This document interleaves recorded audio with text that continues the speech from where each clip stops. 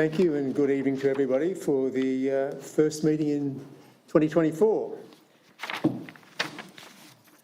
Right, we'll start with the agenda straight up. So live recording and streaming, recording and live streaming of council meetings. Could I just remind you though, if you've got phones, please to put them on silent, thanks.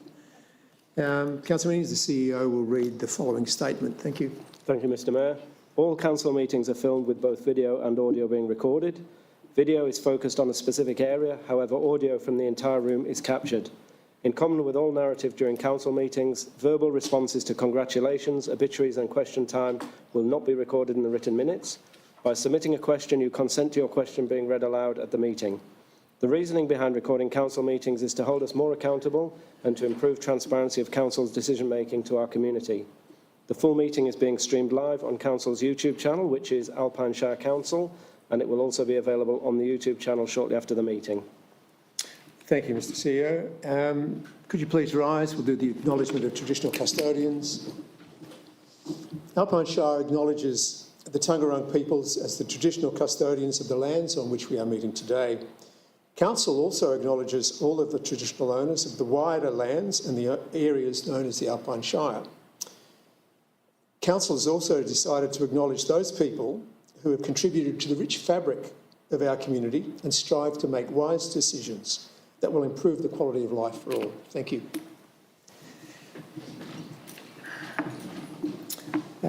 Just in introduction tonight, because nobody can see my name there, my name's John Forsyth, and in case you can't read them, Councillor Janus, Councillor Kelly, Councillor Prime, Councillor Keeble, and you have on screen Councillor Hughes, and Councillor Nicholas is an apology tonight.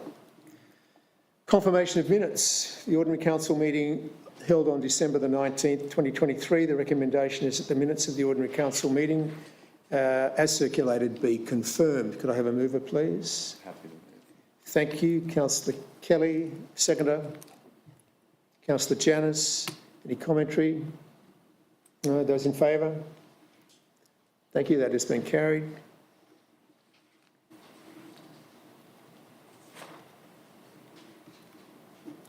Apologies tonight. As I said, we have an apology from Councillor Nicholas. Okay, item 5, obituaries and congratulations, and I will start from my left. Thank you. Councillor Janus. Thanks, Mr. Mayor. No doubt other councillors will speak about the Australia Day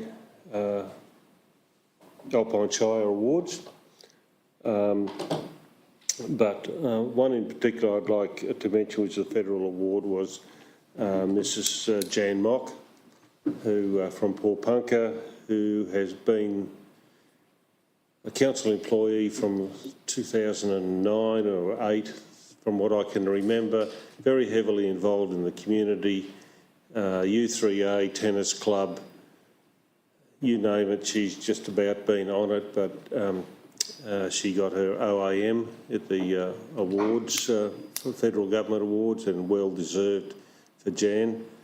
As I say, heavily involved in our community and continues to do so. So congratulations to her, and I'll leave the other ones to our other councillors.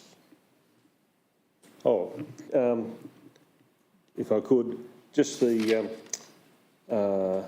also like to acknowledge the Rose White Hall committee for doing such a wonderful job out there, keeping that facility open to the public for all sorts of gatherings and upgrading it as they go along.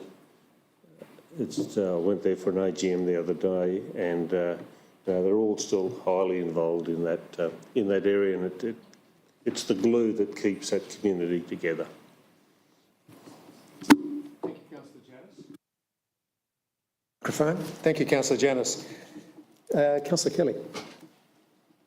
Thanks, Mayor. Yeah, look, it was terrific to celebrate Australia Day, and I got along to both the Bright and Harrietville celebrations, and it was a pleasure to be able to provide some community awards and also celebrate the day with lots of members of the community in both locations. The second point I just wanted to mention on the congratulations front was the Rotary slide in Bright of another summer, another year of terrific fundraising and running of the slide there. I was able to do a shift this year, and it was a lot of fun to be able to help out with that group and the significant funding they raised for the community through that bit of infrastructure. Thank you. Councillor Hughes, I'll go to you. Have you got any obituaries or congratulations that you would like to share with us? I do, thank you. I just wanted to say a big thank you, more than a congratulations to everybody involved with the cleanup of after all the storms and stuff that ripped through. I know that there was a lot of different communities and small areas that had some issues and some big things happened. So big thank you to everyone who responded in the manner that they did to get all of that happening and everyone back up and running. Thank you. Councillor Prime. Thank you, Mr Mayor. I wasn't able to be at any of the presentations on Australia Day, so thank you to all my fellow councillors for getting along to them, and congratulations to everyone for participating and anyone who received an award. I'd just like to do a special mention of Dr Jeff Robinson, who was awarded an OAM last week for his services to medicine. Someone in the room might be able to tell me how long Dr Robinson's been around for, because I can't remember the medical centre existing without him, so I'd say quite a long time. More than 25 years. Yeah, easy. Yeah, and he's a lovely person to boot, so congratulations to him. Councillor Keeble. Thanks, Mayor Forsyth. I also want to thank the Shire workers for the clean-up and the Shire staff in administration here. It was a very busy time between Christmas and New Year's cleaning up all the debris, and I know it was across our Shire. I just want to make special note of the affected areas in Tawonga. I don't think I've seen many trees blown over like that for a very long time. And I'm amazed that actually no one was injured, especially at the Tawonga Caravan Park.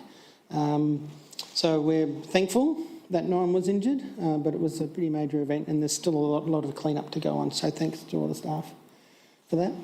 I also wanted to thank, I went to the Kiwa Valley, Upper Kiwa Valley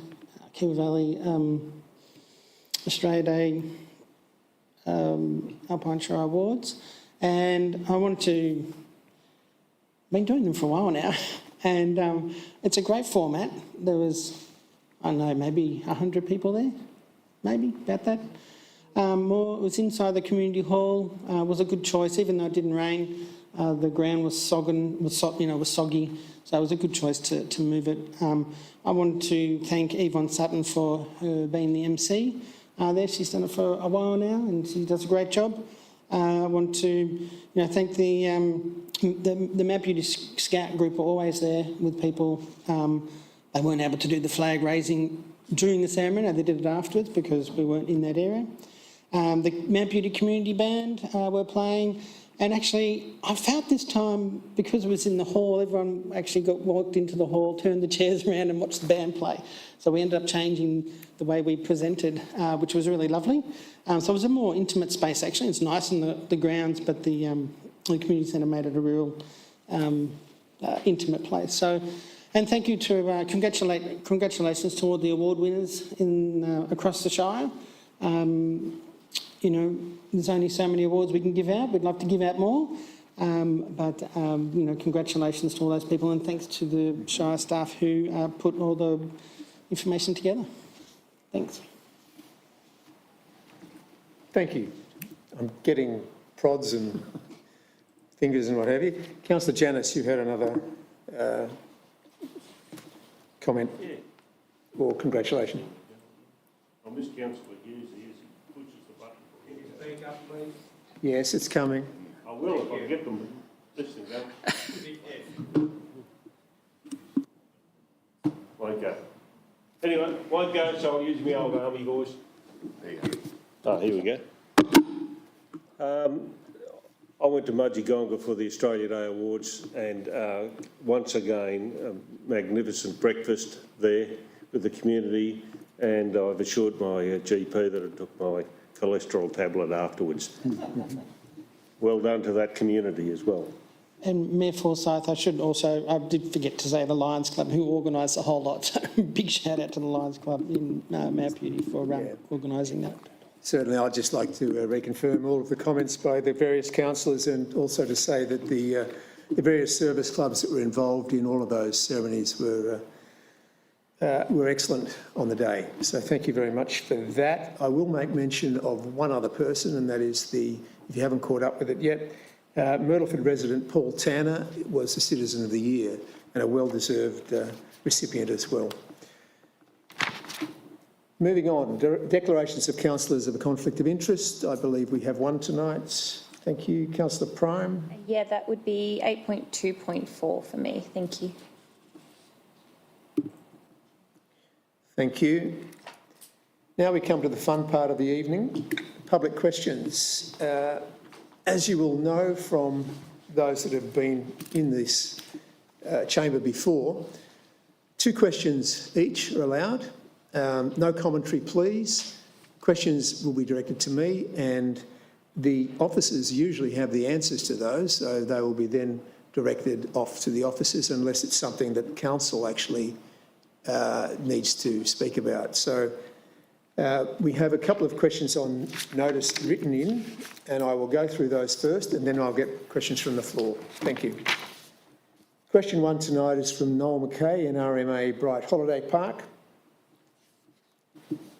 Will the council, in its role as the Committee of Management for the NRMA Bright Holiday Park in Cherry Lane, attend to the water leak under Site 198 Caravan?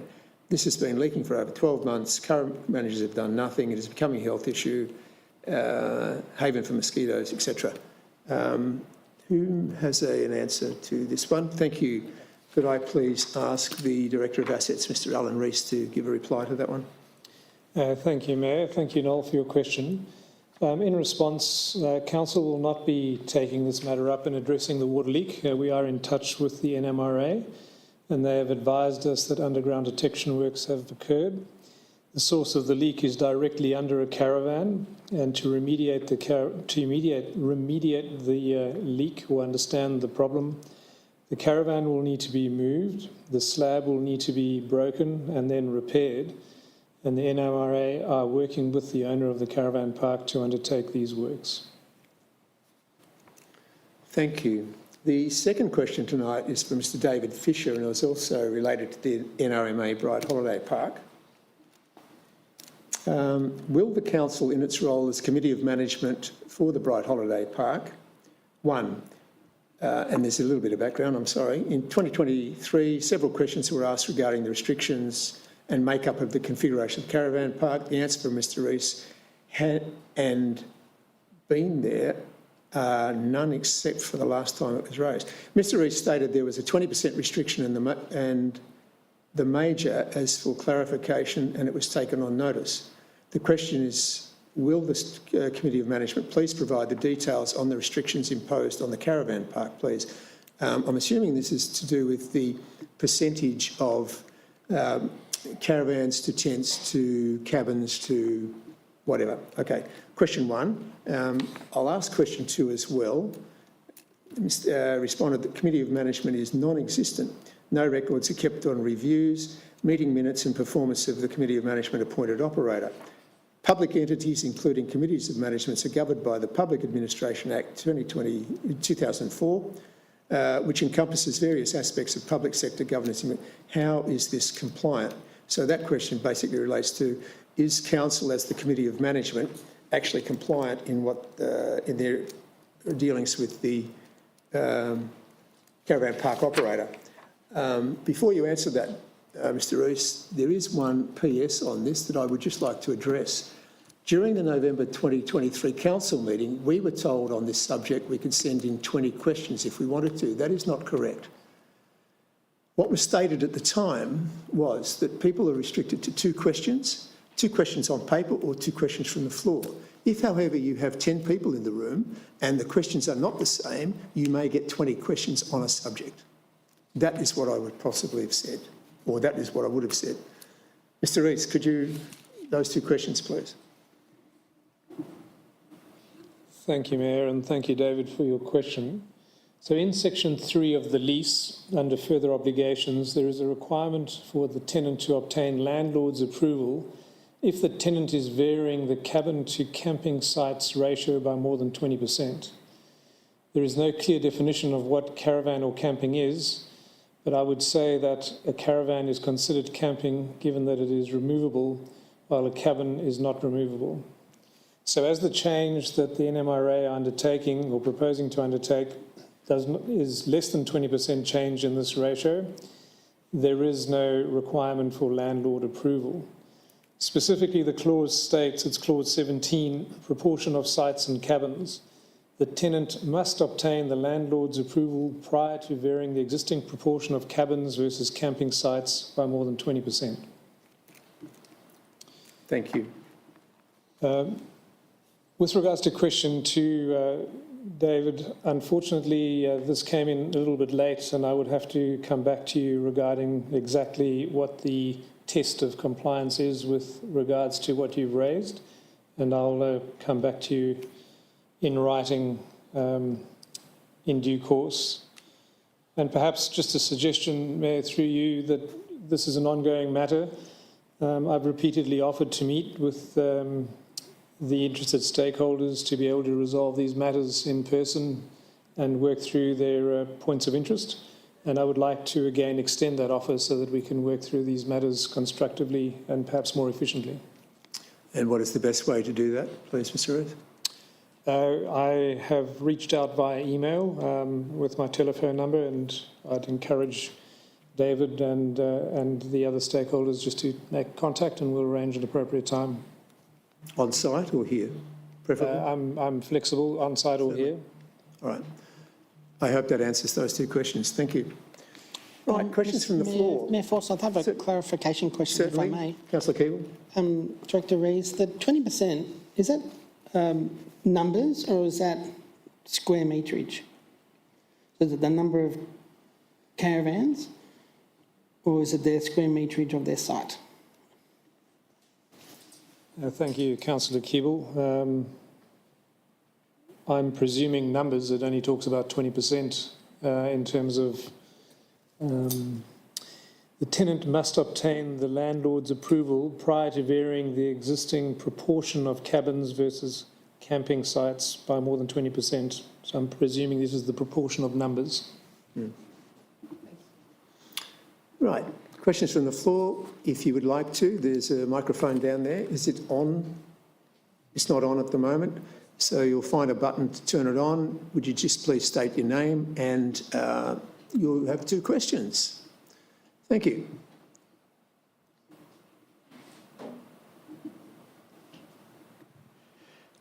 Hello, my name is Paul Stewart. You've seen me before. Thank you.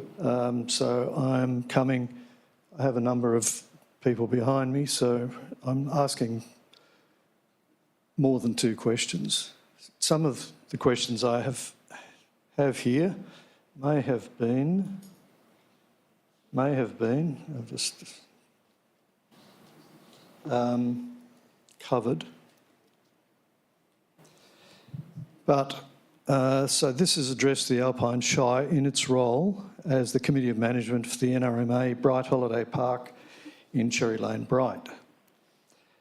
As the Alpine Shire Council has a stated policy of public transparency, why is it that the Freedom of Information request for the release of the lease agreement document has not been complied with? Because it would be a commercial in confidence document. So that is the response. That would be the simple answer to that, I believe. Okay, so that's not, that will never be released. Could I pass that across then to Director of Customer and Community, Ms Havercroft? She may have a more complete answer than my simple answer. Thank you, Mr Stewart. The FOI at the moment is in a position of not yet being clarified. I think the applicant may have received correspondence today in the hope that we've reached a consensus of what documents are being requested. And I know it feels like a really formal and very long process, and I don't disagree, it has been. But hopefully once we reach the point of clarification, we can very speedily make a decision about whether those documents, pieces of information, are released or not. So hopefully today we might have reached a position where that can roll through. On behalf of those people behind me and others, we'd really appreciate this matter being brought to a conclusion. Thanks. Can the Committee of Management, and we do have, several months ago I did ask about the Committee of Management, and finally I was told that the Committee of Management basically was made up of the full council. No? Could I ask what the Committee of Management is made up of? The members, how often they meet? Do we have any detail ideas about on this? Any Committee of directors have Management? an idea? CEO? Mr Rees, I think, is probably... Mr Rees, thank you. Thank you, Mayor. Thank you, Paul. As previously stated, Paul, the Committee of Management is appointed by DECA, and that is Council. Council has a range of officers that interact and engage with our various, if you like, tenants. In this particular case, we have an officer who works with the NMRA site and site management and also their head office. And so there are meetings which involve annual site inspections. There are a range of capital works, maintenance requirements that need to be attended to. There's site walkarounds, and there's a documented trail of work in progress and remedial actions that need to be undertaken that are managed in that way. The reason we are pursuing this over the months and again tonight is that there seems to be a lack of management of the site, that there seems to be a deterioration in the quality of the caravan park. Mr Stewart, we're familiar with all of those particular arguments. Not an argument, just an observation. Observations. Could we have the questions? But just in a matter of clarity, please, when you refer to council, council is really the 7 members of council, and there is an organisation, which is the Alpine Shire. It's used council at the moment. We'd like a better term, otherwise there is confusion. So if DECA appoints Alpine Shire as a committee of management, councillors really are not involved in that. It is an operational thing. Yeah. Okay? Yeah, thank you. So going back to a couple of months ago, and I was on the same line of questioning. Yes. We were just looking for some clarity, some minutes, some certainly evidence of ongoing management, which we still are unable to discover. All right.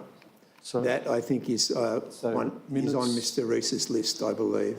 So, if we could have that information, that would certainly be helpful for a number of people. Okay.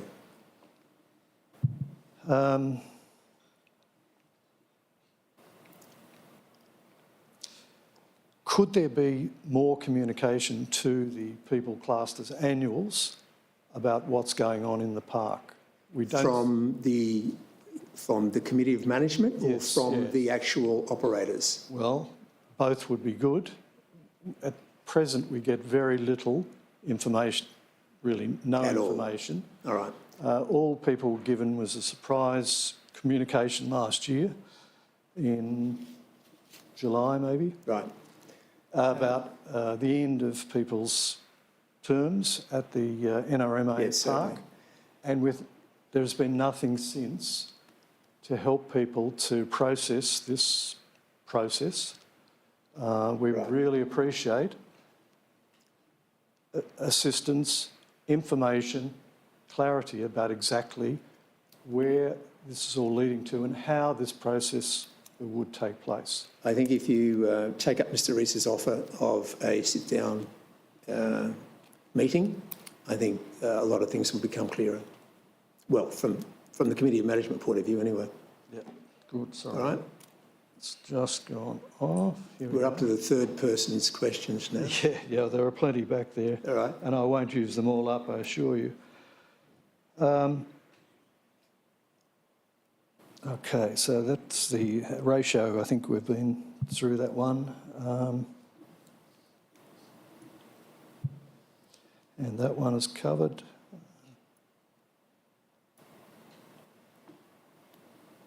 No, I think we've covered the other ones through Okay. David's questions. Thank you, and please contact Mr Rees. Okay? Thank you for that offer. Thank you very much. Next question. Thank you.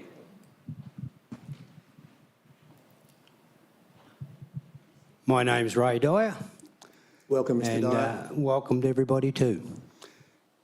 Now, my question is to the CEO. Is that all right, Mr Mayor? Through me, by all means. Through you. Okay. Well, we got a little bit of a, of what you're saying. We started to talk after many, many, many years. We spoke about 1.5 years ago, and I spoke about the toilets. I also spoke about the trees. I also spoke about the garbage bins around town, how dirty they were, and I said to you that they need steam cleaning, and at least cleaned. It took 12 months to clean them. Mr Dyer, what is... Hang on, I'm What talking. is your question, please? Everybody is familiar with the background. Yes, well, there's also two questions that I believe that I should be entitled to. Number one is the garbage. Yes, what The about... recyclable garbage. Remember I spoke last council meeting, I think it was December, and I said I'd like to know the percentage of how much garbage the recyclables in the bins in the main streets of town, Myrtleford, Toowoomba, Mount Beauty, the whole lot, as to what was the percentage of the rubbish that gets thrown into the skip bins and goes to Echuca. You said, and the only thing I've got, and I've spoken about 3 council meetings about this, and the only thing I've got is that the recyclable was contaminated. And you were pretty rough with me last council meeting where I was not allowed to even have 2 questions. Now, I spoke and I said I'd like to know the percentage next council meeting. Well, I'd like to know that now, please. Of the percentage of the rubbish that goes into the bins and the percentage of the rubbish that gets kicked out. Mr Dyer, if the percentage is 20%, what will you do? If the percentage... I think is it's 100% to tell you the truth. Well, if it's 100%... Well, you're not doing your job right, are you? At the moment... You're confusing the there are people in the town. There are... Mr Dyer, please. If there are new people doing the removal of the rubbish, they are taking, as far as I know, they are taking account of what goes where. We have not had a briefing back at council yet as to what that amount is. All right? All right. So, So next council meeting, you'll be able to tell me the percentage. No, because it may not be another briefing before April. Oh, well, the next meeting after that, I'll be waiting for it. We will be looking for those results ourselves, so thank you. Good. Next question. Now, the next thing is I spoke about these toilets, bins and everything else. I also spoke about 3 months ago about in Jubilee Park, one barbecue is going on and off continuously. That was still going to just before Australia Day celebrations. There was also at the water fountain there, the water bowl, for the last 12 months has been on a 45 degree at the water cart. I noticed that has just been bent up with a crowbar the last couple of weeks. Now, as far as I'm concerned, the CEO, the last 1.5 years, hasn't done a real good job on the toilets, and I call him to stand down.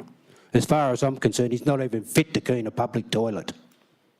That's not... That's my first question. No, that was your second question. Sorry, we've already gone through one. All right, well, I'm calling on the CEO to stand down. I believe in the next couple of months... Hang on, I'm talking. I'm talking, please. Don't talk over me. Yes, I will. You like that? I really can do like again. it. You didn't break it. No, but I can do it again. There's Okay. a point of order in front of me at the moment. Councillor Janus? The Point of order. The point of order is...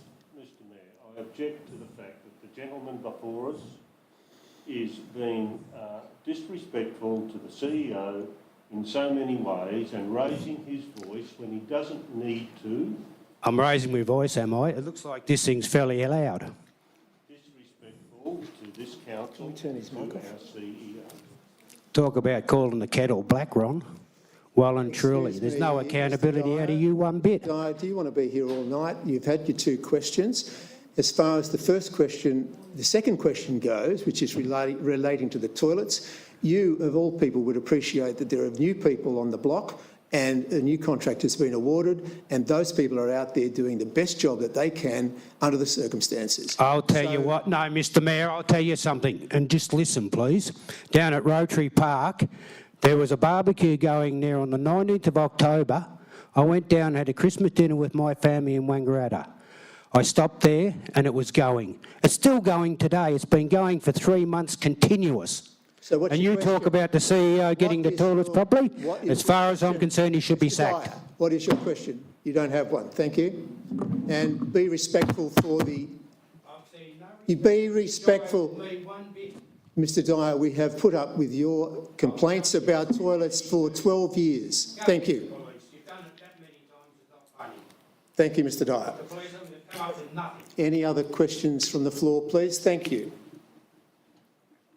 Mary Pike from Toowoomba South. I just wanted to check with the Shire if they were able to ensure that the Victorian Government would reinstate the roads in the Kiewa Valley that are being wrecked by the trucks that are clearing the landslip.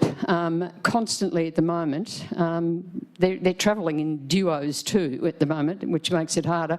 But the roads in town, especially around Embankment Drive and that area, are really in very bad condition, especially on the bends, and I hope the Shire doesn't have to pay for them. Could they please make sure that the Victorian Government does? Thanks, Mary. I believe Mr. Rees was in consultation with Vic Roads today. I'm assuming that that was probably one of the topics of discussion. It's been certainly raised at briefing sessions. Yes. Thank you. Next question.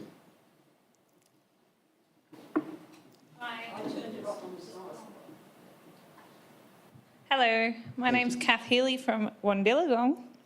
Just wanted to ask a question, 2 questions. One is in regards to White Star Road closure. What reassurances do the Wandillagong residents have to be able to use White Star Road in the event of an emergency, as it is our only access out if Morses Creek becomes congested or with an accident or a tree falls down? We have no way of getting out of Wandillagong. So has this been even thought about by the Shire? White Star Road, I believe, would be Mr. Rees, please. Thank you, Mayor. Thank you, Kath. Yes, there has been some confusion about the status of White Star Road. The reality is that ACP are conducting some works to realign White Star Road for the new entrance into Mystic Park. And while those works are underway, it will be temporarily closed. But as you would know from travelling on that road and having spoken to the officers, it is just hurricane fencing, which can easily be removed. So even while temporarily closed, in an emergency, it is trafficable. And once the works are complete, those closures will be removed and the access reinstated as it is now. That's excellent to hear. Can I make a suggestion, if this type of work is going to be undertaken, that it isn't done in the peak summer periods and it should be done in winter when there isn't high bushfire risk? But it's good to know we can remove the cyclone wire fencing. I haven't personally talked to your consultants, so I think you're maybe mistaking me for someone else. My other question is in regards to Bright Valley development. As you all know, the first condition of the Bright Valley development was to do the PRSA, and on the 17th of January this year, surveyors were seen on site surveying the land. There is surveyor pegs all over the land. It is concerning. We are hoping that the PRSA has been completed and the land has been deemed as safe. Can the Shire confirm that is the case? I think this... Sorry, yes, I think this will be the Director of Customer and Community. Thanks, Ms Abercroft. Thank you, Mr Mayor. Thank you, Kath. So the PRSA has been completed and is currently under peer review. But I think we said maybe just before Christmas in one of the council meetings that there is some works that can happen on site before any of the matters have been resolved, and one of those is really preliminary works like putting in pegs to make sure that they understand what their land is. So that's probably what's on site at the time. I haven't been down there for a bit, but that's probably what they're up to. So was that at the council meeting you mentioned, or I believe so. Or was I it think something it was internal? in response to one of the questions on notice about whether any site works could So take the Shire place. doesn't have any concerns until that soil is deemed as safe, that now there's people working on site there that they could be, Kath, is your concern for the people working on site? both the community and the people working there, it should be ruled safe as per Kath, the the place has conditions. been farmed for over 40 years or something with a lot of people on there, and they've all been, there's been nothing that I've heard of being Have you- deleterious. You being, having a pharmaceutical background, Yep. you'll know a lot about dildrin. It doesn't come out of the soil. So if you research how dildrin stays in the soil, there is a concern for public safety, both for the employees on site Sure, which and is the also the case for community. a lot of the farms around here, Well, which the- means you wouldn't even walk across One of the them. thing that really made We're me... not getting into a discussion What made tonight. me so happy with the conditions you set out for the Yep. development and for you guys to approve it to go ahead Yep. was that PRSA was deemed completed and deemed safe. Now we've added in, other works can occur. Like, Works can go along in conjunction. well, that's not what I understood the No, conditions but to that, I state. believe, is how things actually Okay. happen. Well, let's just hope it's not like a silicosis scan like what these poor boys are getting now. True. Touch it with stonemasonry work. Okay. And Yep, the certainly. Shire could be avoiding this. Certainly. Thank you, Kath. Do I have any other questions from the floor? Thank you. No, I haven't got a gun tonight.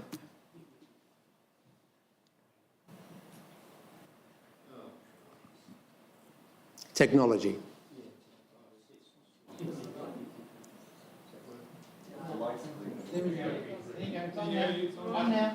It's on now? Oh, Yep. right.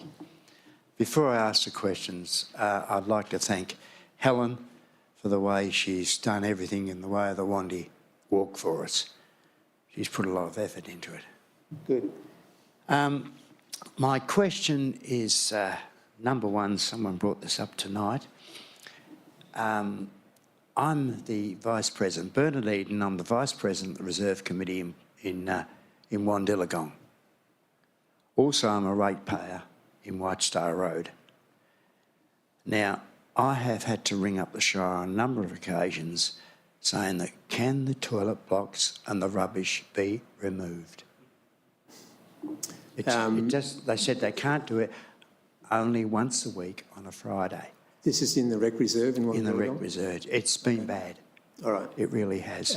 Is there a lot more use during the summer period? Yes, there is. Right, okay, so a schedule probably needs to be re-looked at.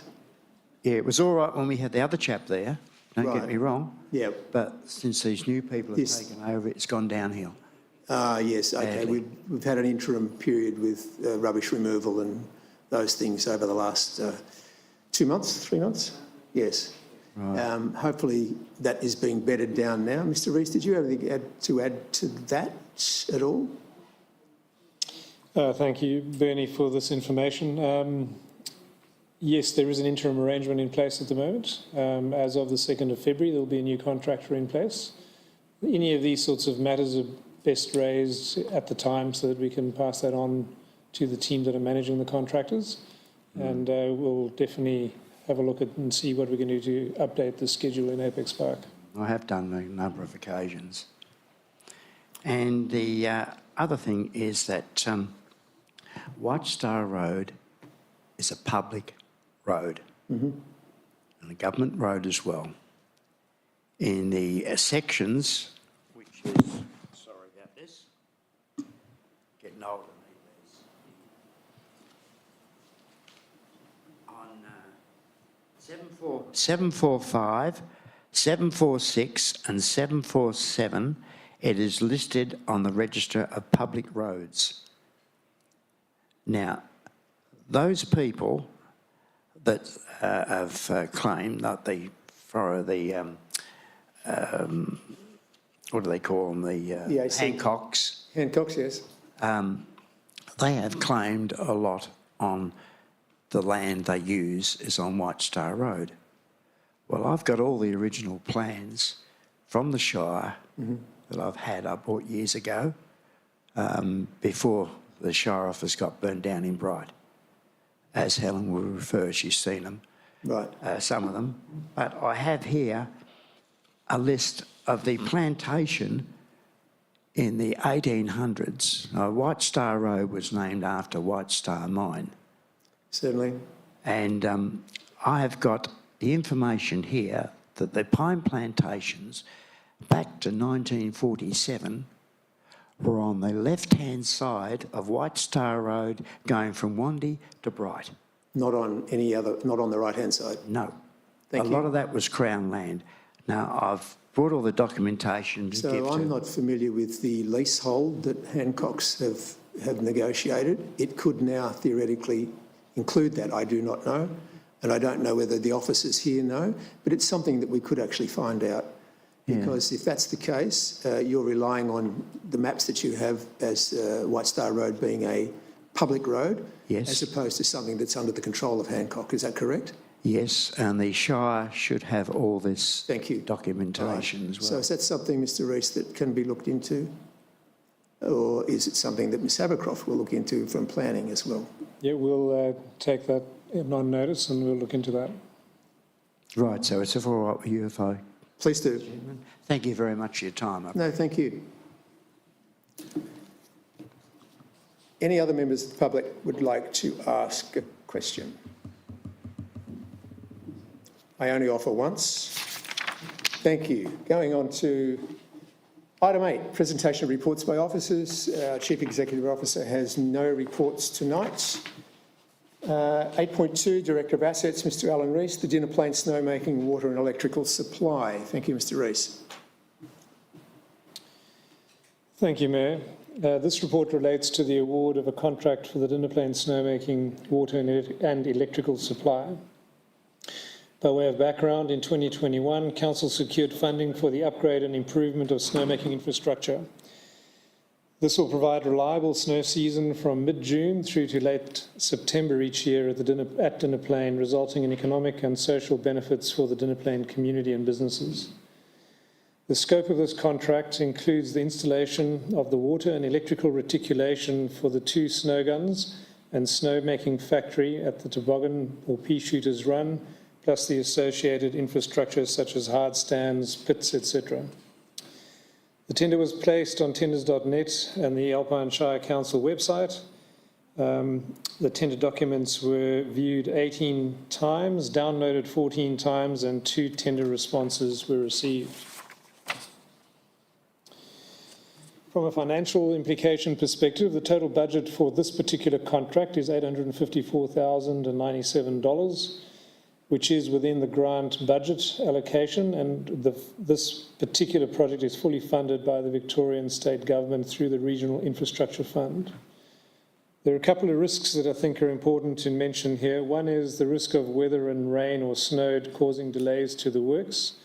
This is certainly possible in alpine environments. The impact would be moderate, and in order to compensate for this particular risk, a provision of additional 2 months has been allowed in the project program. A similar risk is also identified with regards to the availability of materials, which we know has impacted civil infrastructure projects over the last post-COVID period. And again, this 2 months provision of contingency timing in the program has been made. Probably by way of some additional information with regards to the kinds of risks that these projects can be subjected to, we know that due to the pirate activities in the Suez Canal, even projects in the Alpine Shire can be impacted, and this is certainly the case with the delivery of some of the equipment such as the snow factory and snow guns. So global matters can have significant impacts.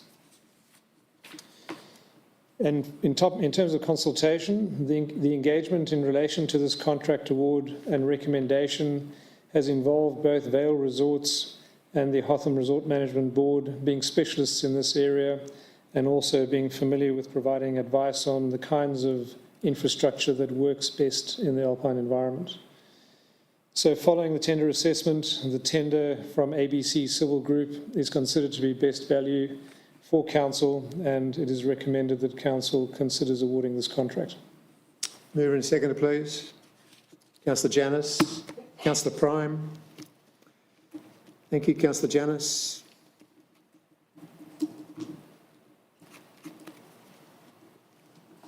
There we go. Yeah, thanks, Mr Rees, for that. Understand that, you know, the snow season will be upon us again very soon. We're into February in the next 2 days or so. And we had, I'm sure, hope that the facility would be up and running for this snow season. How much was the, if you have it in front of you, the actual amount of the grant that we got from Regional Infrastructure Fund? Thank you, Councillor Janus. The total value of the grant is $3 million. 3 million. So this is part thereof, no doubt, for that, which is terrific, and we should be thanking Regional Infrastructure Fund for that kind contribution.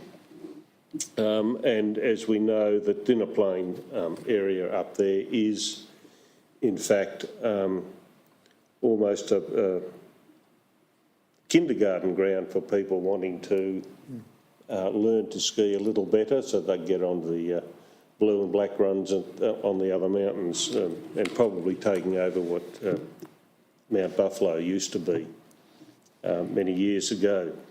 So all the very best, and I hope you get all that equipment through on time. And we know the terrible things that are occurring in the Middle East and holding up supplies for everything. Councillor Prime.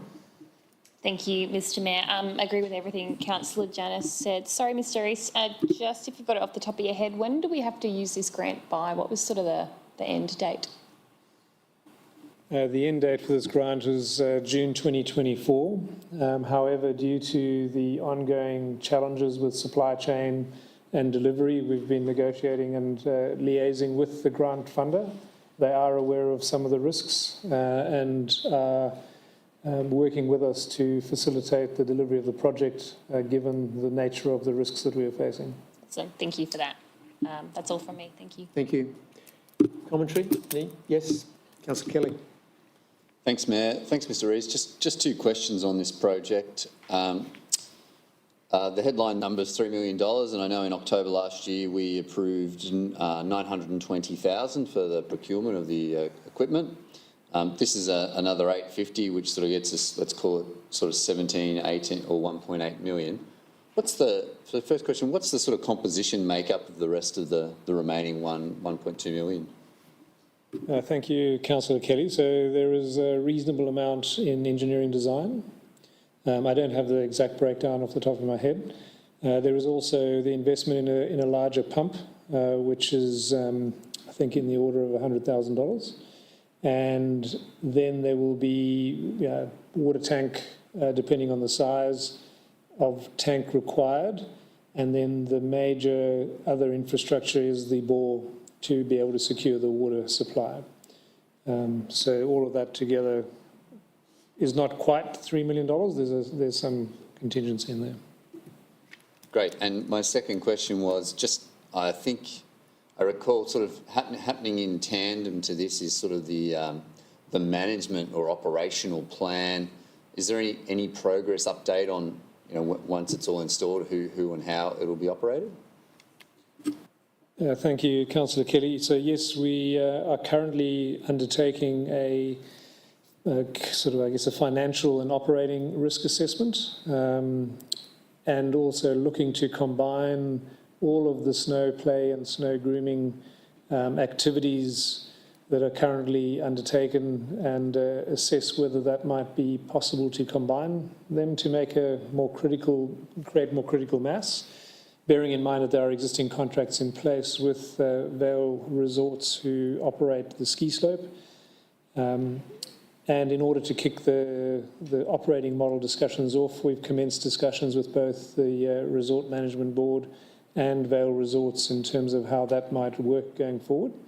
And that was a very constructive discussion, and we'll be looking forward to follow-up discussions in the coming weeks once the assessment of the financial and operating risk has been completed. Thanks very much. Councillor Hughes, no? Thank you. I just had one. Under the issues, you have none. Is there a sufficient availability of water? Thank you, Mayor. So I guess issues relating to this particular contract are what we... Outside of that?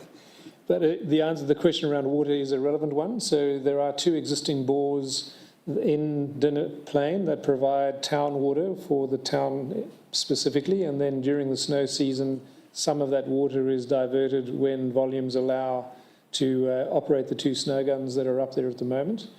As I mentioned to Councillor Kelly's question, one of the other large components of investment in this project is securing a 3rd bore, and we're working through the process of defining what the flow could be. We know that there is water.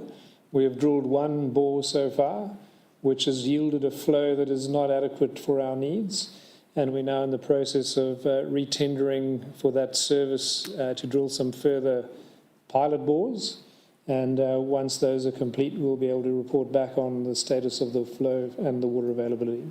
Thank you very much. Councillor Janus? Nothing further. Nothing further? Okay, so I'll put these recommendations to the vote. There's 2 recommendations there. Those in favour? Thank you. That is unanimous. Item 8.2.2, gravel road reconstruction and resheeting. Again, Mr. Rees. Thank you, Mayor. This report relates to the award of a contract for the gravel road reconstruction and resheeting program. By way of background, the 2023-24 gravel road reconstruction and resheeting program will be carried out in the Upper Ovens region. Council undertakes drainage, road formation and gravel resheeting works each year on roads identified through our condition inspection program. Again, a public tender was followed. The tender documentation was downloaded 18 times by prospective tenderers, and 4 responses were received by the closing date. One of the issues that we will need to manage with the delivery of this program is that there are 2 roads included in the scope, namely Rimini Road and Jones Road, that will be needing to remain open for grape harvest activities and the access of harvesting machinery. So in order for the grape harvest to be completed first, these roads, or the works on these roads, will be delayed until such time as the harvest is complete. Thank you. Mover and seconder for the recommendations. Thank you, Councillor Keeble and Councillor Kelly. Councillor Keeble. Not much to say other than, it's great that we can continue the gravel road reconstruction and resheeting, given the questions on some of the conditions of our roads in some of our areas. So they're not cheap to fix, but it's good to see we do what we can to maintain them as much as we can. Thank you. Councillor Kelly. Thanks, Mayor, and thanks, Mr. Rees, for running us through this. The surveying that's done beforehand to identify what's next on the maintenance list, is that surveying done in sort of a campaign style, in that it sort of happens in a 3 or 4 month window, the surveying is done and that's when the roads are chosen? Or just probably a little bit of background on how the criteria and the selection process would be great. Thank you. Thank you, Councillor Kelly. So we have we'll start with a road management plan is the overarching document. The road management plan sets out our service levels of commitment to our community for the maintenance of both sealed and unsealed roads. In order to determine our level of service, we undertake a road condition inspection program. Most recently, we had a consultant company come in last year and did an entire condition assessment of our entire road network. And that involves, for unsealed roads, the material on the road, the condition of the road, the drainage on the sides of the road, etc. Council traditionally has had a rolling campaign of works for efficiency reasons, so that we cluster the scope of work into the Upper Ovens one year, the Kiewa the following year, the Lower Ovens the next year. And these condition assessments then inform the scope of the works that are required to be done. The value of the program is linked to the actual depreciation value of that asset class, so that we try to renew and upgrade the roads and maintain them at a pace that is linked to the depreciation, so we're not over-investing or under-investing, and obviously that's a balancing act. It depends sometimes on weather conditions, etc. So we are maturing our methodology in this space, and you know the process really involves that inspection, looking at the condition, and then making the determination using a combination of that data, field experience, and also working with our operations team in terms of what some of the scope is that they might be able to deliver as well. So this is purely the capital works component of that, of the maintenance and upgrade of our unsealed roads. So this work is actually capital works and in line with depreciation then? Okay. Correct. Thank you.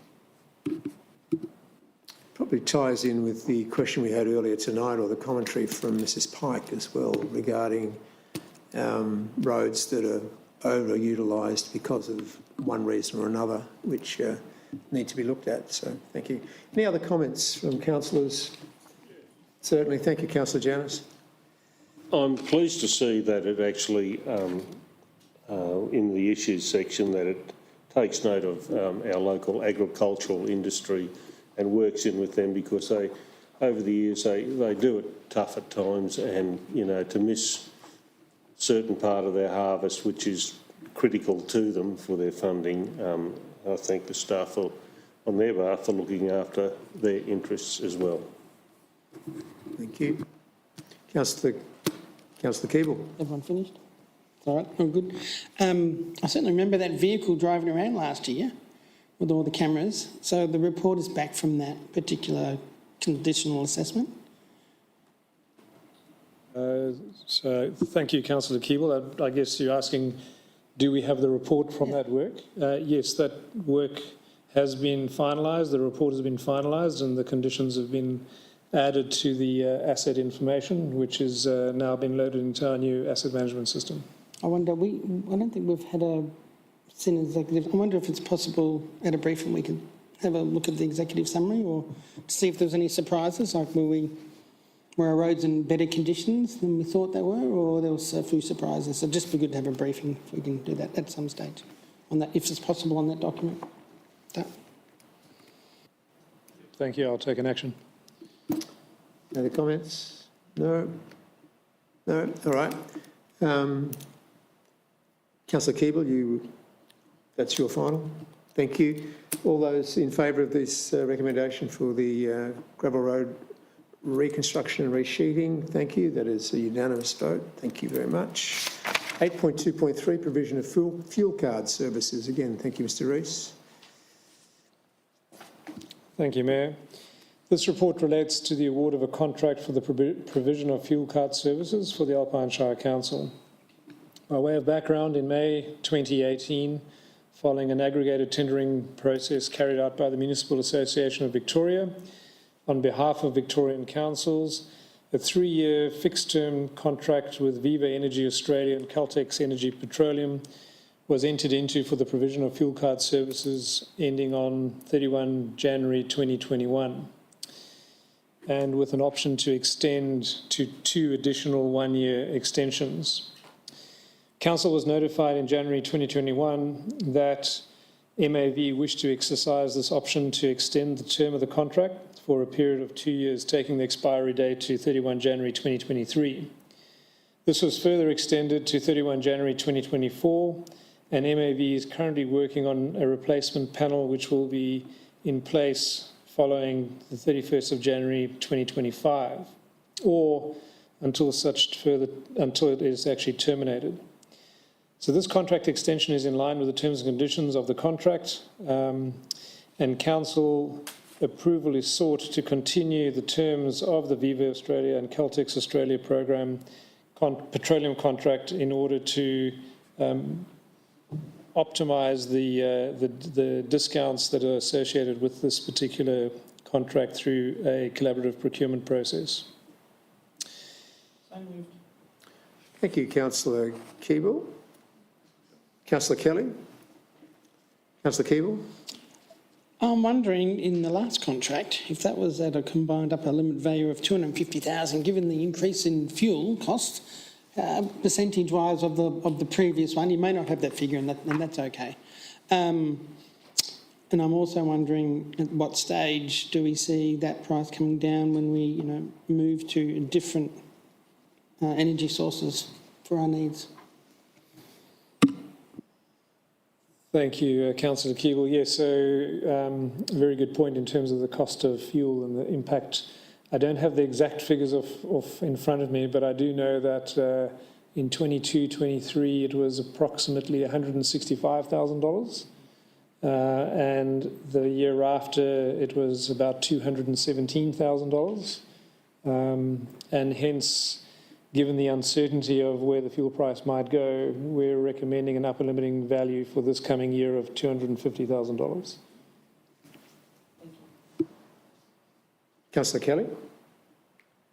Thanks, Mayor. And probably, yes, just thinking along similar lines, I think that the migration of the fleet to hybrids and to pure EV as well, it will probably help sort of counter that OPEX pressure or fuel cost pressure. So no questions on this one. Any other comments? Councillors, questions? No. These fuel cards, I'm assuming it's just fuel and lubricants. They're not like a fully blown, get your ice cream at the same time, are they? No? Good. It's a lot of ice cream, isn't it? So this 250,000, that's only a portion of the actual fuel costs in any one year, I believe. Is that correct? Sorry, that's to probably just correct the understanding. No, that is Council's complete fuel cost. For heavy machinery as well? Correct. Right, okay. I was under the impression that it was higher than that, however. Thank you. I can't imagine driving a grader into a service station, though, and using a fuel card. Okay. You can, if it's high enough. Yeah. Thank you. Any other commentary? No, thank you. Let's put this to the vote. Those in favour? Thank you. That is a unanimous decision again. Thank you. Item 8.2.4, Councillor Prime has a conflict of interest on this one and is leaving the chamber at 6:04. Sergeant-at-Arms is in residence tonight.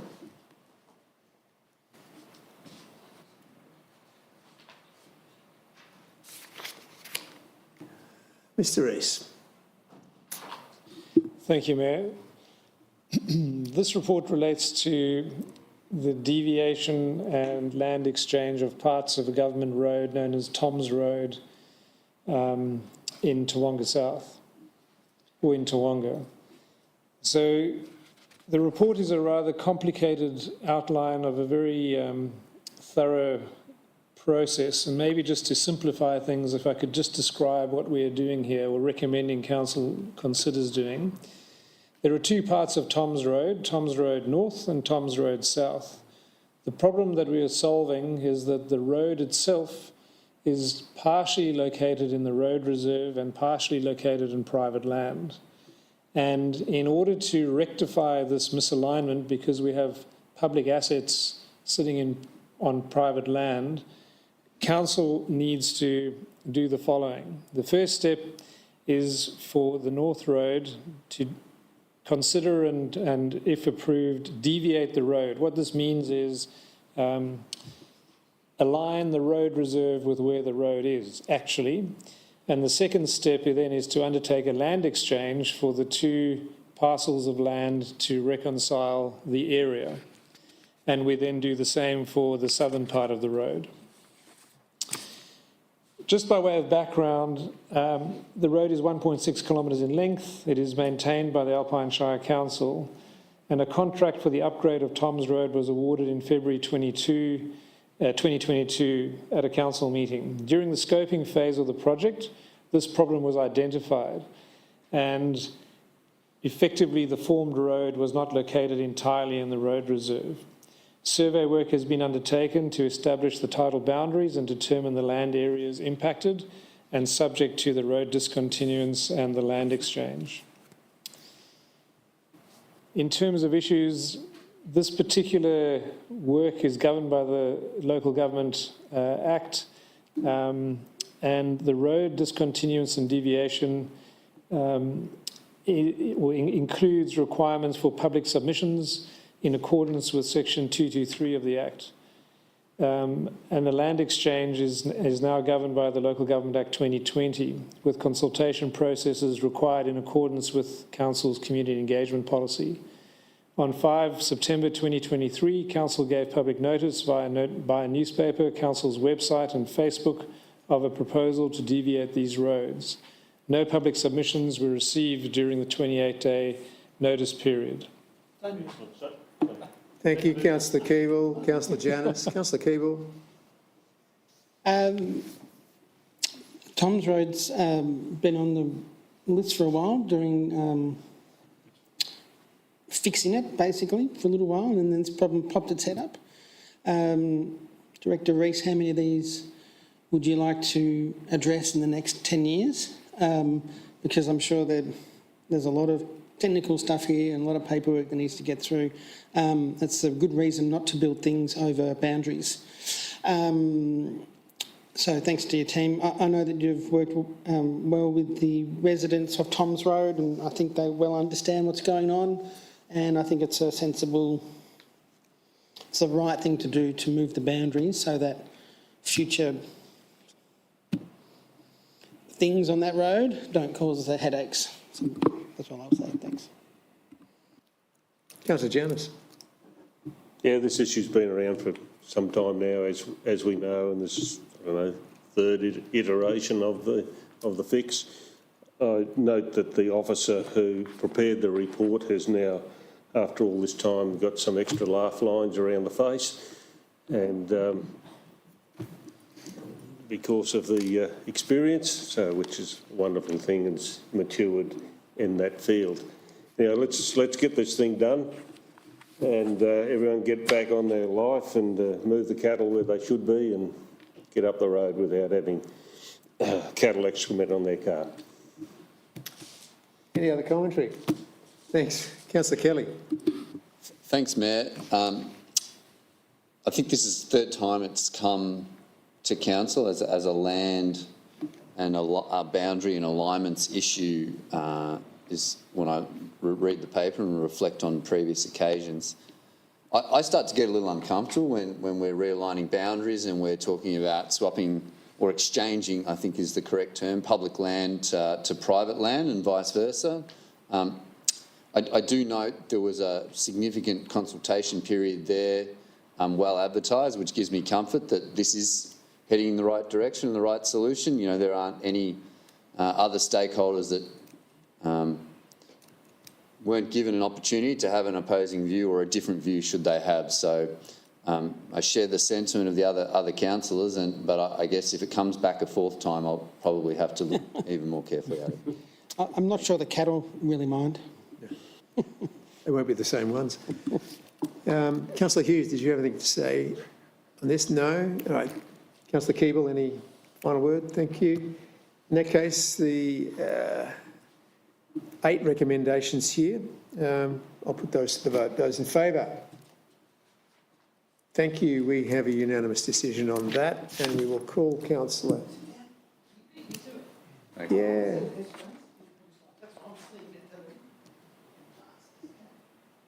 Councillor Prime will rejoin the chamber at 6:10.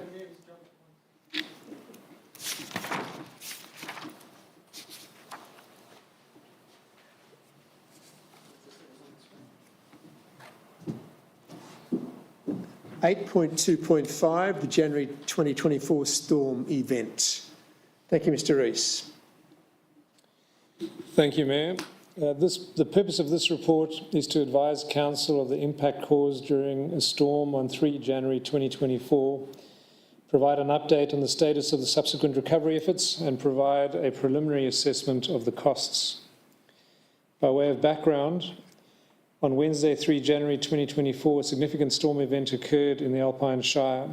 The main areas that have incurred the greatest damage and primarily located in the Kiewa Valley, Germantown and Freeburg, and minor damage was sustained in surrounding areas including Popanka, Bright and Myrtleford. The storm caused widespread damage to council infrastructure across the Shire, impacting particularly significantly on our trees. In the Upper Kiewa Valley, the areas that were most heavily impacted include Mountain Creek Road, Tawonga Tourist Park, Dams Road, and the Frieders Lane area through to the Mount Beauty transfer station. There are a number of issues just to raise awareness around. The first is the availability of support and the importance for council to act quickly to reinstate infrastructure damaged by the storm. Delays in progressing reinstatement works would have presented a risk to public safety and further infrastructure damage, as the infrastructure cannot function as intended. In particular, we had power lines down around Mountain Creek Road, the transfer station, which needed to be rectified and made safe in the as an immediate priority. Council officers moved rapidly to secure contractor resources to support the recovery, recognising the high demand on contractor resources post-emergency event. In terms of the immediate event response, the State Emergency Service, which are typically the agency in the lead on these sorts of events, were under-resourced and working elsewhere in Freeburg at the time, and reached out to Council to request that a response is implemented to this event immediately. Council's after-hours on-call officers stood up a response centre and mobilised a response team immediately on the night of the event in order to support the community and make the situation as safe as possible under the circumstances. And then Council's team collaborated with and supported AusNet Services in particular as the main initial priority to make down power lines safe and restore power where possible. In terms of economic impact, the Tawonga Caravan Park was evacuated and closed to enable cleanup operations immediately after the event, and the site following clearance was reopened on the 16th of January. No figure is currently available for the economic cost to the Kiewa Valley from the storm damage, and this event follows a challenging period of time for local businesses and the community, with prolonged closure of the road at Falls Creek as a prior to this particular storm. In terms of financial resources and implications, an initial assessment of the damaged infrastructure indicates that the cost of reinstatement works as a direct result of the storm could exceed $350,000, and council officers are seeking to recoup the expenditure to the greatest extent possible through a range of avenues. The first being the Natural Financial Disaster Assistance Fund, and following this particular storm on the 11th of January, it was advised that this storm would be added to the Commonwealth State Disaster Recovery Fund arrangements. Council officers have requested access to this fund and are awaiting advice on how to proceed with the funding details and recovery arrangements. Just by way of detail, this particular fund will cover 75% of approved restoration costs between $10,000 and $100,000 and 100% of the proportion of costs above $110,000. In addition, Council has advised its insurer that a possible insurance claim may be made, and where once infrastructure and repairs have been conducted, the costs associated with that damage will be discussed with the insurer. In order to support the community and provide quick availability for green waste disposal, Council offered free disposal of storm-damaged green waste to be made available to the community throughout the Shire and particularly in the Kiewa Valley. This was well received, and an extension to that particular offer was made in order to provide enough time for the immediate recovery and cleanup works to be completed. Thank you, Councillor Keeble. Councillor Prime. Thanks for the report, Director Rees. I note that the estimated cost of the 350 is really on council land and road reserves, and I know from talking to other farmers in the area and other landholders, they also have large bills to fix and remove the tree damage. I'm hopeful that they have some insurance as well to help them with their costs. A few questions. I notice in the Kiewa Valley at the moment there's still quite a lot of piles of limbs on the side of the roads, not where the big trees come down, but along the highway and other roads. Are they being collected and cleared up by the Shire at some stage?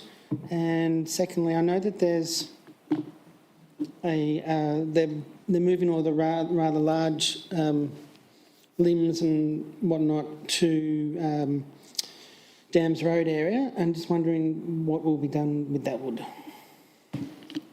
Thank you, Councillor Keeble. So we were just working with CFA and Forest Fire Victoria to work out how we can make that resource available to the community.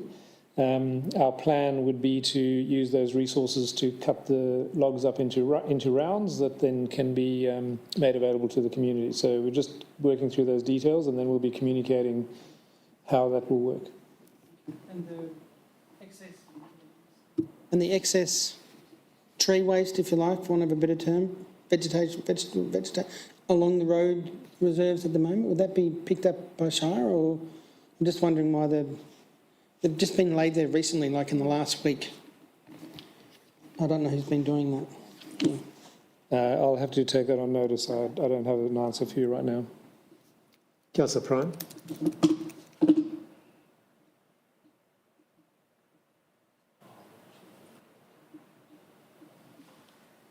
I'm doing a Councillor Janice there. I apologise. Sorry. Thank you for that report. That was a big effort by everyone and amazing to get things done relatively quickly. As Councillor Keeble mentioned, still a few things to clean up there, and actually quite amazing. If anyone saw Toowoomba Caravan Park, it's quite amazing. No one got badly hurt, actually. And I ran into someone on the weekend who was camping at Toowoomba Caravan Park, and they said you wouldn't even know a storm had been through. So it looks like it's been cleaned up really nicely, and well done to everyone. Any other councillors' commentary on this one? No, it really affected our councillors from the Kiewa Valley. Councillor. Yeah, Councillor Hughes, sorry. It's okay. I think Can like delay, I I talked. think. I talked to the point on this one earlier today, just the responders of the volunteer groups as well, like SES and CFA, and their involvement in making sure that our communities are safe, that council are well informed of what is happening. And I think that they play an integral part of the whole process of being able to recover from something like this. So that's my shout out to them. And I think also this is just making an even stronger point that we as council are in a fantastic position to be able to go further with grant funding applications in order to recoup costs and continue to, hold that and support the communities where they need it, because we've seen in the past where the flow-on effect can be months later. So that's all I had to say. Thanks.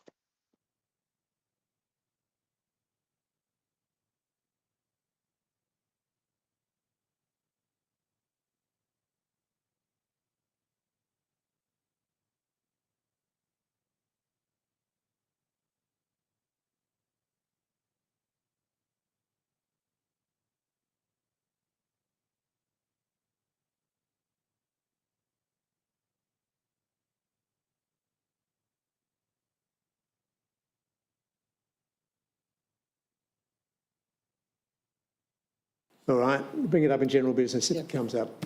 Thank you. I'll put this to the vote. Those in favour of these recommendations, well, they're noting, basically, recommendations for noting. Thank you very much.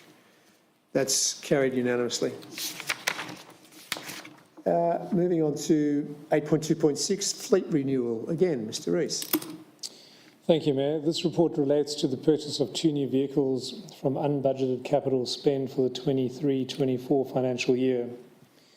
By way of background, in 2020, the North East Waste Resource Recovery Group, NEWRIG, commissioned a combustible recyclable waste material assessment for the region and provided a report outlining the fire risk assessment that aimed to provide recommendations for the fire protection equipment, safety systems and procedures that aim to comply with the following state government legislation, namely the Environmental Protection Act, the Environmental Protection Regulations, and the Management and Storage of Combustible, Recyclable and Waste Management Guidelines.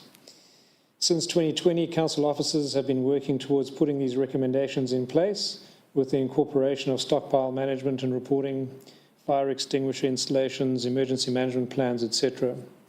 Further risk assessments were conducted in 2023 by council officers and established that a water trailer suppression unit for each transfer station should be made available on site to meet the requirements under the State Government Environmental Protection Act. In order to achieve this, each transfer station would require a vehicle, namely 3 vehicles for the 3 transfer stations and 3 water trailers. An opportunity has arisen to deploy 3 older vehicles from council's existing fleet to the transfer stations, which would normally be sold at the end of their useful life for normal purposes. And then to procure 2 additional vehicles, the new vehicles in this recommendation, in order to upgrade or as part of council's annual fleet renewal program. This would require council to accelerate its fleet renewal program by 6 months in order to achieve compliance with the guidelines. The Municipal Association of Victoria collaborative procurement process would be followed as normally done for fleet renewal. Moved. Thank you, Councillor Keeble. Councillor Kelly. We love the EPA, the Environmental Protection Act 2017. It's a gift that keeps on giving. And it's really important that we comply. It's a state legislation. We have to comply. We found an area that we weren't compliant in, the water suppression. I'm glad we're not East Gippsland with 50-odd transfer stations, or however many they have. They have a lot. So having 3 is good. I think it's a good use of resources to use some vehicles that maybe we're getting to a time when we might have moved them on anyway. So, because these vehicles really won't do a lot of mileage, they'll be sitting there ready for any. We don't want any fires breaking out in our transfer stations. So, good use of resources. Councillor Kelly. Thanks, Mayor. Look, I guess the only thing I would add is that waste is expensive. Whether it's our old landfills that we are pouring significant work and resources into to meet EPA compliance for waste that was buried generations ago, or it's the waste we're managing today, or the waste that we're preparing to manage in the future. I know our state government imposes strict environmental regulations for everyone's benefit. They would also seek to impose other requirements around recycling and things, and I think the FOGO is a great example of avoiding things going into a hole in the ground pays off in the future as well as today. I would say that I don't think I'm a fan of a separate glass bin in our households, because I think having 4 wheelie bins in a regional council environment is not good logistics. Thank you. That's a discussion for another day, Councillor Kelly. If you had 4 people in your house, you could have races in them. Yeah. And thanks, Councillor Keeble. Any other comments? Thanks, Councillor Janus.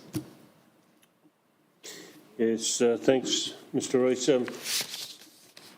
Having an experience in those facilities myself, I know how important it is to be able to quickly put out a small fire, and I assume anything larger than a small fire will be attended to by the appropriate authority anyway, because there are so many different things there that can explode and have gases and all the rest. So the question is, will there be an upgrade to the personnel's PPE in relation to that to ensure that, safety gloves, overalls, just like CFA sort of have to wear, and will that be provided to the staff in those circumstances? Yeah. Thank you, Councillor Janice. Yes, indeed, there's an associated training program in order to ensure everyone is inducted on the use of these trailers, which will be implemented once they are on site, including PPE and all the required, I guess, inspection and check protocols that need to accompany them in starting up the pumps, making sure that everything is fine, working in working order, plus the normal annual inspections of fire equipment, hose conditions, etc. Thank you. And are the vehicles going to be 4x4s or 2x4s? There will be four-wheel drives, given the nature of the environment, and they will continue to be registered because they would need to be registered for purposes of work. Okay, good. Thank you. Any other questions of Mr Rees? No? Councillor Keeble, any final comments? No, thank you. Let's put this recommendation to the vote then. Those in favour? Thank you, and that's another unanimous decision. Mr Rees, you can take a break.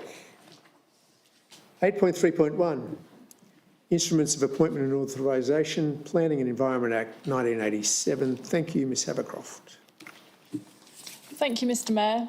This will be a short report. So the purpose of this report this evening is to get delegations for a new planning officer who has joined council staff, and to also revoke a civil engineer's authorisations as they have departed as a council employee.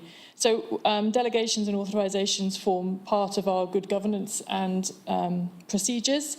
And this evening, the recommendation is that council exercise the powers conferred by section 1474 of the Planning and Environment Act to provide for a member of staff as a planning officer under the Planning and Environment Act, and the same instruments to revoke the civil development engineer that was dated the 29th of August 2023. Thank you. Mover and seconder. So moved. So moved. Seconded. Thank you. Councillor Keeble, Councillor Prime. Councillor Keeble. No, for noting, it's good to see we were able to employ someone. Well done. Nothing from me. Commentary? Yes. Question? Councillor Kelly. Thanks, Mayor. Probably just a related matter in recruitment, and when we sign off these types of administrative documents, it's a reflection that there's been some onboarding. I know in the council report last year, the 2022-23 year, I think that council turnover, the staff turnover was just shy of 28%. So probably a question for the CEO. Without notice, just your reflections on how this year is going for recruiting of resources in the organisation. Thank you, Councillor Kelly. So for the first 6 months of this financial year, so that's through from July through to the end of the year, turnover was still tracking at a very high percentage, probably no different to what it was over the last financial year. So we didn't see much of a shift. We've seen a very subtle change in the market over the last couple of months. So we're seeing more applicants for our positions and better applicants, better quality applicants. So we've got a glimmer of hope that the marketplace out there is starting to change. We've seen quite a number of restructures through the state government that's released resources into the marketplace. So fingers crossed, we're hopeful. We've picked up some really good people over the last 18 months, but we have suffered from very high turnover, which imposes a bit of a burden on our business. So yeah, fingers crossed the next 6 months looks much different to the last 6 months. Terrific, thank you. And if you can indulge me, just zeroing in on the planning function, and perhaps Ms Havercroft's better place to answer, but just in that group and the challenge of resourcing, which I know is common throughout local government in Australia. It's not Victoria or the Alpine Shire, but yeah, just how is that tracking? Thank you, Councillor Kelly. So we've been continuing to try and recruit permanent members of staff, and this is obviously a measure of success in that space, whilst also continuing at the back end of last year, we did an RFQ for contractors to support the planning team, just to make sure that we didn't have vacancies or posts sitting idle in that space. We're really conscious that there is still planning delays out there, and we are working really hard to try and meet the needs of our community in that space. So thank you anyone who's got a planning application and is very patiently waiting for us to get back. What we find is that contractors on short-term contracts are fantastic at alleviating the pressure for the team more broadly, but they create a handover problem, and getting up to speed with each application takes some time, and that's where delay creeps into the overall application timeframes that we're seeing. So each person that we can get on our books permanently as a member of staff means that we can provide that continuity of case management for the applicants out there. So we have now got 2 permanent planners full-time, and we have some staff who are here for 6 months, and then they're operating through the ski season, so then they're coming back for the summer season. And they know our processes and our systems very well, so we're honouring those contracts for the time being. And we're also seeking a planning coordinator at the moment, really working very hard to recruit into that space as a key function of the planning team. So hopefully, like the Chief Executive commented, things will be better in the next 6 months. Thanks, Ms Adcroft. Thanks, Councillor Kelly. Councillor Keeble, any? No, I mean, it wasn't, my comment wasn't a flippant one, because I know it's hard getting staff across the board, not just in shires, it's everywhere. So I don't know why, because there's still the same amount of people around. Anyway, I'll leave it at that. Thank you. Good luck with the employment there. Okay. Okay, so just a recommendation. We have 4 recommendations in front of us there. Those in favour? Thank you. That is unanimous. Right, informal meetings of councillors, item 9. The recommendation is the summary of informal meetings of councillors for December and January so far be received. Thank you. Seconded. Any commentary? No. I'll put this to the vote. Those in favour? Thank you. That's carried. Presentation of reports by delegates. Anybody? It's been the quiet season over summer. No? Yes, Councillor Janet. Just went to the Rosewhite AGM and presided over their meeting, as I mentioned earlier in the day. That's I suppose that's about it. Thank you. Lovely afternoon tea. Right. General business, and I will start with Councillor Hughes. Any general business tonight? Just a reminder, just to, have a look at the socials of what Alpine Shire Council are up to, and having a look at the website and just being involved. There's things that are happening that are really great that I think more people need to be aware of. There are reminders, there are warnings, all of those types of things. So one of the things that's out with communication at the moment is the platypus mural. So it's an opportunity for our youth to, I suppose, enter a competition to get their artwork put up for display for everybody, just to raise the awareness of what's happening with our platypus and how important it is for our ecosystem. So I think, just constantly being aware of what is happening is a really good thing for not only yourself, your family, but those that are around us in our community, to just stay involved. So to be able to be a 14 to 18-year-old and have your artwork displayed forever in the town is pretty special. So if you are aware of anybody, that is open until the 7th of February, and that could be something you could be proud of, to be able to stand back and say, I did that. Thank you, Councillor Hughes. I'll start with you, Councillor Keeble. Thanks, Mayor Forsyth. Earlier today in the meeting in the gallery, we had a member of our community put in a complaint about our CEO, and I'd just like to say that I do not agree with the comment that was made in the public arena, that there's many aspects of what a CEO does, and thank Will Jeremy for not taking the bait. It's really hard not to take some of that stuff personally, especially when it comes left, right and centre sometimes. And when you are sitting in that CEO chair or whatever chair that you're in, it can be can be a difficult road sometimes. So I thank Will Jeremy for the way he's behaving there, and I do not agree with the members, the community members' thoughts there. And I would just say to the public, and we don't get it very often in the public arena, but just, we need to be really mindful that we're all human beings, and everyone here is doing the best that they can do, and I'll leave that at that. So I just wanted to support the CEO there. I did not agree with those comments. Thank you. Excellent. Councillor Prime. Yeah, here, Councillor Keeble. Thank you. No, great summer, everyone. Lots of tourists around. Had to queue for my coffee multiple mornings. So, no, it was great. Everyone pick up your rubbish. It wasn't too bad, but there's still a little bit here and there. So if we can do that. And again, thank you for the response times, everyone, for the storm that happened as well. So well done, everyone. I had another one. Yes, Councillor general Keeble. business. I wanted to thank the ICT people for putting together our new setup here. It seems to be going smoothly. If you give me the nod, I'll go, yes, it's gone smoothly. So, yes, it's gone smoothly. So, hopefully in the gallery it's been easier to see what's going on, and with the speaker there you can hear better. You have a suggestion? No worries. But thank you for putting that together. Thank you. Councillor Kelly. Thanks, Mayor. Just one quick item this evening of general business. I wanted to bring up the topic of the proposed club rooms development for the Porepunkah Panthers Baseball Club.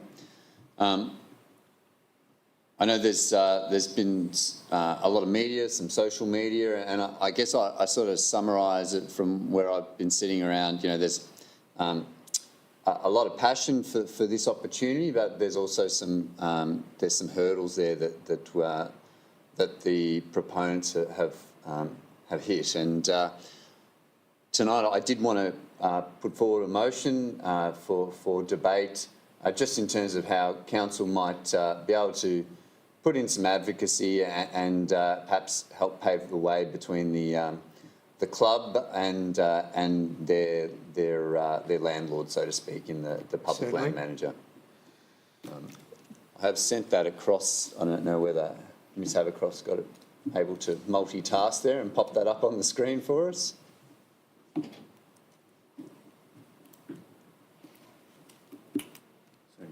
Excuse me, Mr Mayor, point of order for me. If there's going to be a motion moved, I declare conflict of interest, please.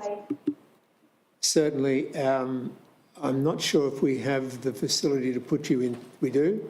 Okay, so when the discussion starts, Councillor Hughes, the IT people will put you into a breakout room and then bring you back for the closing of the meeting. Is that all right? Good, thank you. Would you like to read the motion, please, Councillor Kelly? Certainly, Mayor.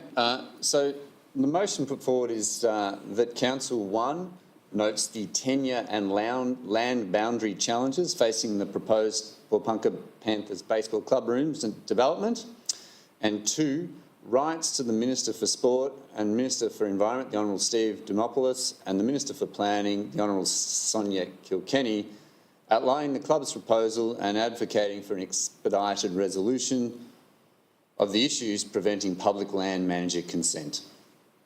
Right. You have a second?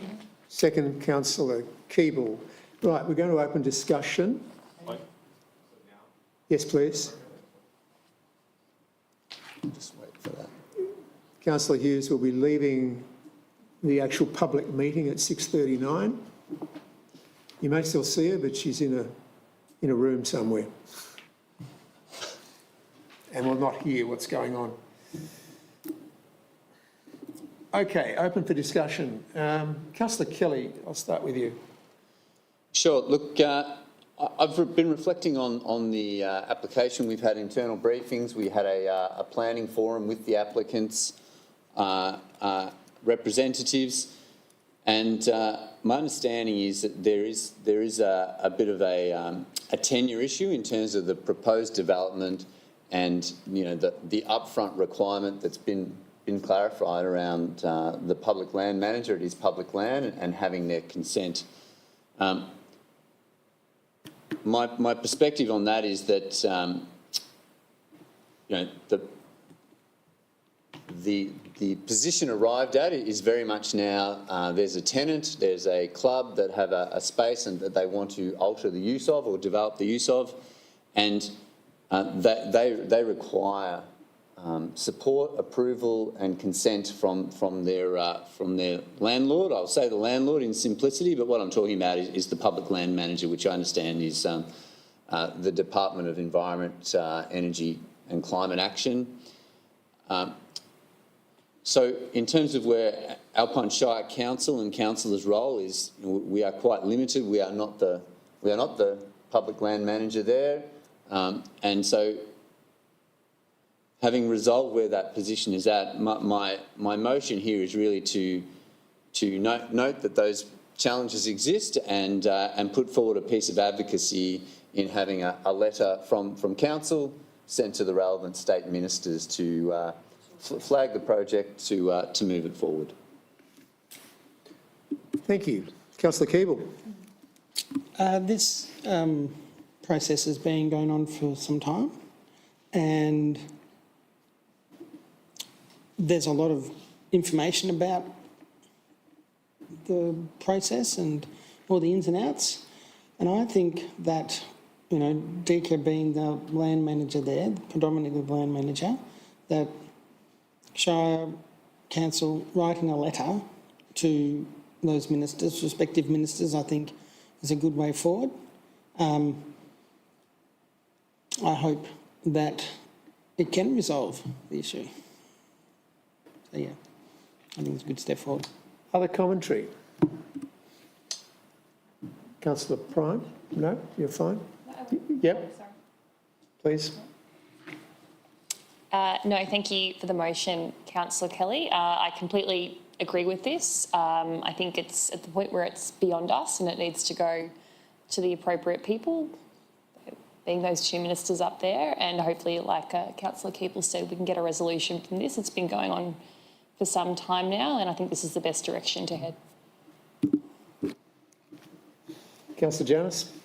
Yeah, thank you, and thank you to Councillor Kelly for putting that forward. It has been a hiatus in the whole process here, and the word I like particularly there is expedited resolution, because once it gets into the realm of public service, there can be roadblocks and it gets lost and whatever, it sits on a desk somewhere. So I'm hoping that the ministers, the relative ministers, can expedite this and work constructively with the parties.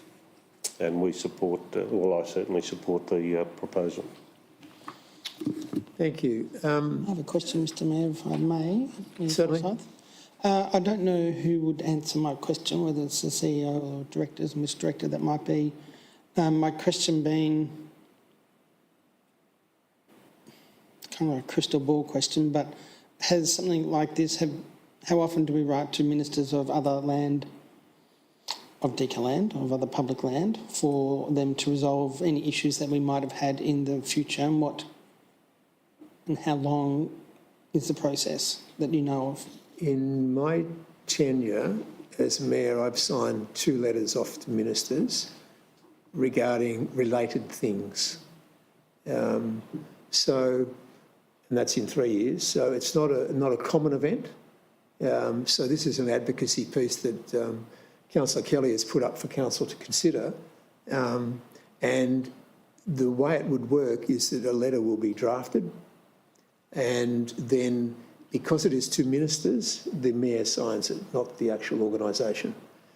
I would like to ask a question. I hope that answers the question.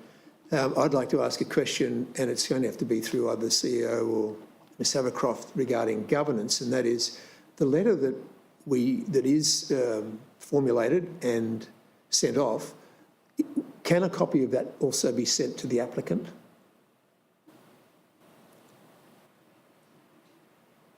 Thank you, Mr Mayor. Is a letter from councillors to the minister. They can copy in whoever they wish to copy it to. Thank you. Thank you. So a letter will be going to the applicant. And just by way of a further thing, at one of those briefing sessions or planning forums that we did have back in early December, Early December, I made the commitment that there would be resolution by the end of January. If the applicants thought that resolution meant that they would have an agreement, that is not what a resolution actually means. A resolution means that there is now a definite decision, and a definite decision has been that we note the tenure of the tenure and land boundary challenges facing the organisation, and some of those things will actually be put into the letter which we are sending to the ministers involved. Any other commentary from Councillor Kelly before I put this to the vote? Nothing further from me, Mayor. Probably other than to say, you know, Port Punker is a likely growth area for the Alpine Shire, and I think this is a fantastic or a really exciting proposal for the club. I think in considering the fullness of that whole area, you know, we need to look long over the decades as to what will be, how that whole precinct can grow and develop to support the growing community out there. And that is something that won't actually happen in the next 2 to 3 months. All right, okay. No more commentary. I will put that to the vote. Those in favour of the recommendations have been moved by Councillor Kelly. Thank you. That is a unanimous decision, and I will leave the wordsmiths and the legal governance people to draft the letter. Yes, Councillor Hughes can now be admitted back into the chamber at 6:47. Excuse me, Justin, will you have to read? Okay, will it come up automatically? Thank you.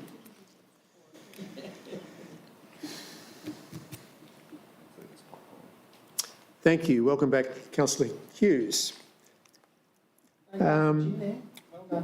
So, still on general business now. Councillor Janus.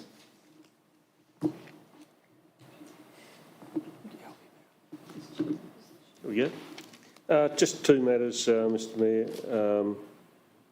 Mr Rees, I understand that council officers from time to time have regular meetings with Regional Roads Victoria through matters of potholes and all sorts of things, but this one actually relates to the positioning of a speed camera in Ovens at the intersection of the Happy Valley Road and the Great Alpine Road. There's been some commentary by local people who live near that intersection to say that the site selected by the operator is unsafe, particularly in the evening where they sit there with their lights on, and it is a distraction to drivers at that intersection where there has been a fatality before, and that intersection is problematic. So I'm just wondering if on your agenda item with Regional Roads Victoria, that could be brought up and perhaps a reassessment done of that site. It's within, I think, about 45 metres of the intersection. So it's very close, and where they park the vehicle is often used as a slip lane for when people do turn right into Happy Valley Road. So it could in itself lead to an incident occurring there. So perhaps that site could be asked to be reassessed. Thank you, Councillor Janus. I'll take an action on that. Yes, thank you. And the other one, councillors, and I feel compelled to bring the subject up, and I'll start by someone we missed in the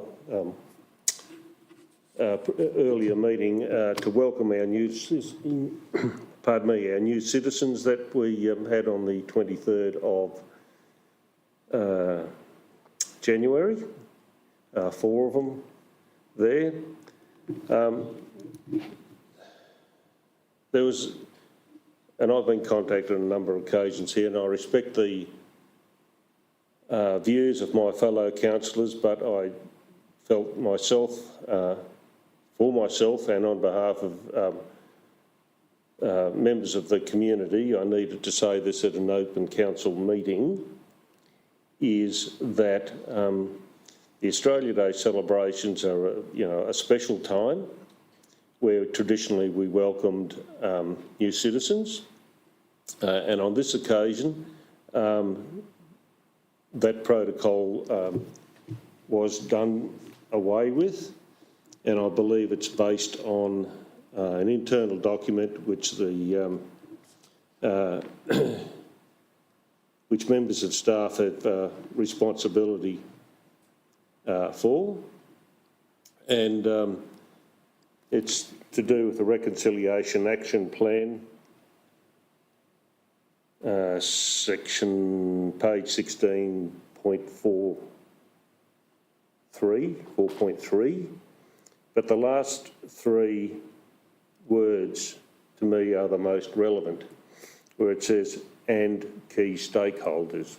And by that I mean it should say the community. Now, a decision was made, I believe it was made internally. I believe that decision should have come to council or councillors for debate, and then a resolution come from that debate. And I think because it affects the whole of the community, that was the proper place for it. I've had discussion with staff in relation to this, and I still feel that I needed to mention it in a public forum. Thank you, Councillor Janus. I don't think there's any more commentary needed exactly on that. Thank you. General business still, we have the CEO. Thank you. Thank you, Mr Mayor. I only have one item tonight, and that's to thank the members of the community who've engaged with our budget submission process. So that process closed on Sunday, and we had 30 or 31 submissions from the public, 31 submissions from the public. Really broad range of topics, and the team's now busily working through assessing those submissions.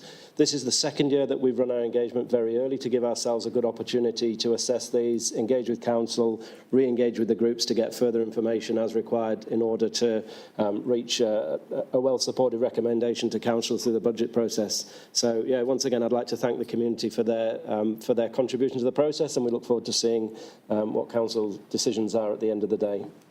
Mr Jeremy, are we going to have late submissions? Mm-hmm. Thank you, Mr Janus. We always do our best to support the community. If submissions came in and we were at a point in the assessment process where we could accommodate them, I'm sure that we would. I understand previously we've had presentations directly to council briefing sessions. So perhaps I could take that on notice and come back with the process that we're following. It's a two-step process, is what I'm aware of. The first stage is a high-level screening, which is an expression of interest, and then for those submissions that there's a likelihood they'll progress, we ask for further information. We do engage council at both points, so through the EOI process, and then at the end of the day there'll be a part of the process as well. Thank you. Thank you. Thank you, Mr CEO. The only general business I've got is just to comment again on the Upon Shire Community Awards. If you are out there and thinking that you know somebody, please put in a recommendation for a community award. Once the person is in the system, then if they're not selected in that current year, their name sits in it for the following year as well. So that's part of it. The other thing is, in regards to some of our commentary earlier on tonight with a particular gentleman from the public gallery, the rubbish contract is starting, I believe, in early February. So I think we watch this space and just see how the new people on the block are going to actually complete that. And we've already, as councillors, we've already asked the administration to give us good and often feedback regarding the efficiency and the completeness with which these things are being done, and the cleanliness as well. That's all the general business from me tonight. So item 12, motions for which notice have previously been given. We have none tonight. We do not have any reading of petitions. And so item 14 is documents for sealing, and I have, thank you, Councillor Janus, Councillor Keeble. Any questions on that tonight?